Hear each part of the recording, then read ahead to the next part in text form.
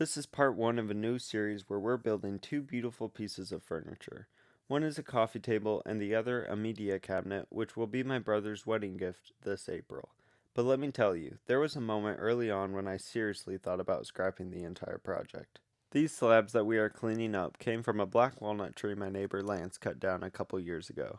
Instead of letting the tree go to waste, he had a local farmer mill it into slabs, and they've been air drying since.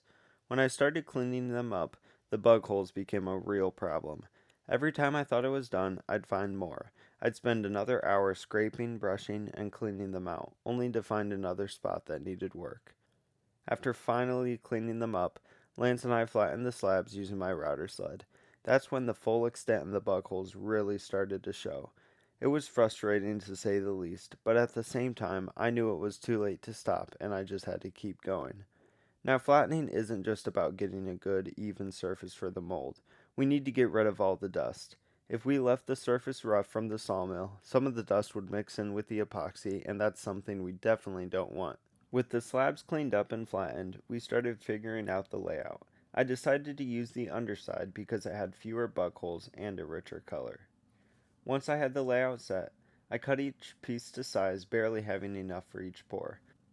If you are in the market for an affordable track saw, I highly recommend Craig's. This is not sponsored, but I've been using this for exactly a year and have had no issues. I will say the dust collection isn't the greatest, but that's an easy fix with a vacuum. At the end of the cuts, you'll see me adding a 1/4 inch roundover. This is to break the edge so the pieces fit perfectly in the epoxy molds. I finished removing all the spots of bark that I missed and sealed each section with a clear lacquer. This step really prepares the slabs for the epoxy pours, not only preventing the epoxy dye from staining the wood, but trapping all the extra dust on top.